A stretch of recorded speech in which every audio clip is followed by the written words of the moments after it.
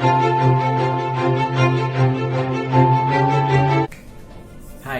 I'm Siddharth Sathe and welcome back to Phoenix Streams once again.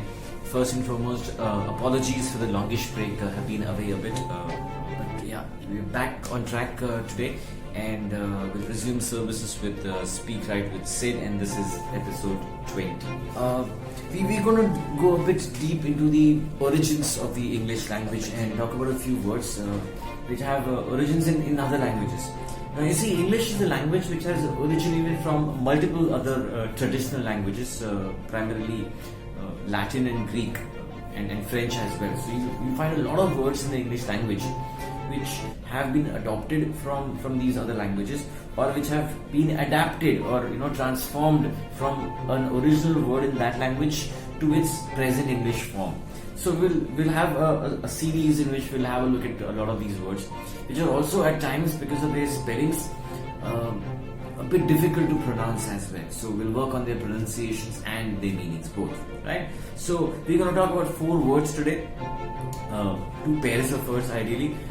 They're very similar, in one pair similar sounding, and in one pair similar in spelling, but their meanings, their pronunciations are different. And the 4 words of the 2 pairs we're going to talk about are, the first pair is catastrophe and apostrophe, and the second pair is cliche and niche. Okay, so let's start with the first one, and that is catastrophe. Now the meaning of the word is what we'll first look at. Catastrophe is any event which is a high intensity disaster, something which is a negative turn of events, and the word turn here is important because this is a word which has originated from Greek, where if you break it into two parts, it is kata and trophy. So the word kata in Greek means down, so anything that is down is called kata, and strophe is turning. So catastrophe, when put together, is a downward turn of anything, and that is why a negative turn of events, a sudden and negative turn of events, is known as a catastrophe. Now the second word in this pair, which is similar in sound and spelling, is apostrophe, and we have spoken about the apostrophe before when we spoke about punctuation marks. The apostrophe was what signifies possession, if you remember, and it normally is preceded by or followed by an S when you want to express possession. So now apostrophe again has a strophe in it.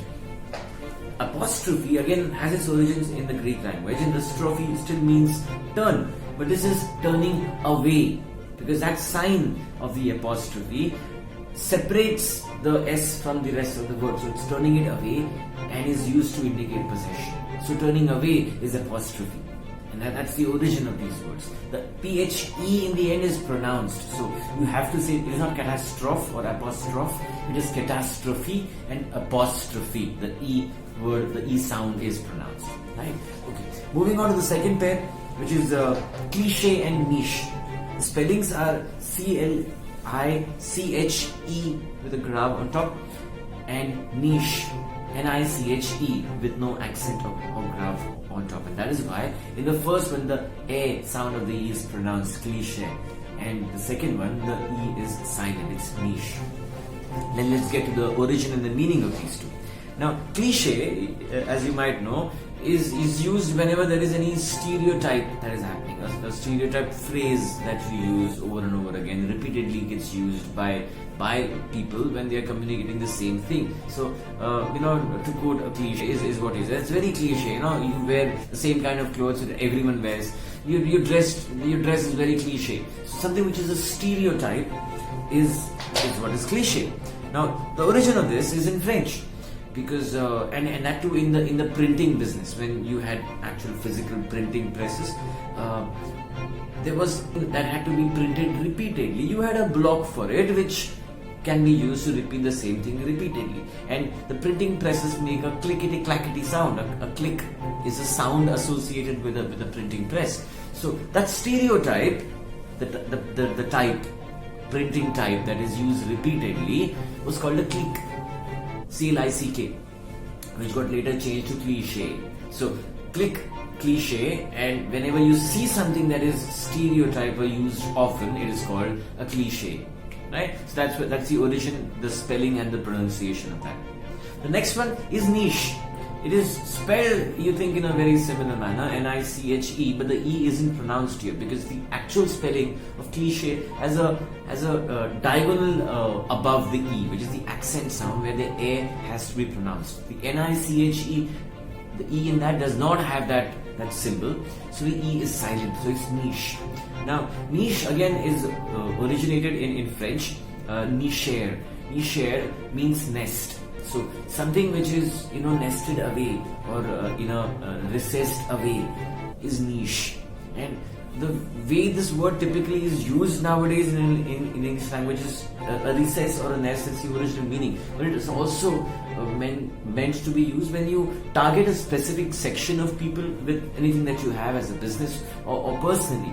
You often hear the word saying that this film, this movie is for a niche audience, which means it is not for the common public. It is not for the masses. It is meant for only a specific kind of people who have specific tastes. That's what niche means, because it is a separate thing, like a nest, settled away, recessed away. So niche means a specific set of people with specific likes and dislikes. Right? So that's it. We'll stop here today. 4 words. Once again, let me repeat them: catastrophe, apostrophe, cliche, and niche. Right? Hope that was clear. So any questions, queries, please feel free to get in touch with me. You use the comment section if you want. That's it for now. Keep watching Phoenix Dreams. We'll be back with more next week. Please like, share, and subscribe to our channel. Until next time, thank you very much.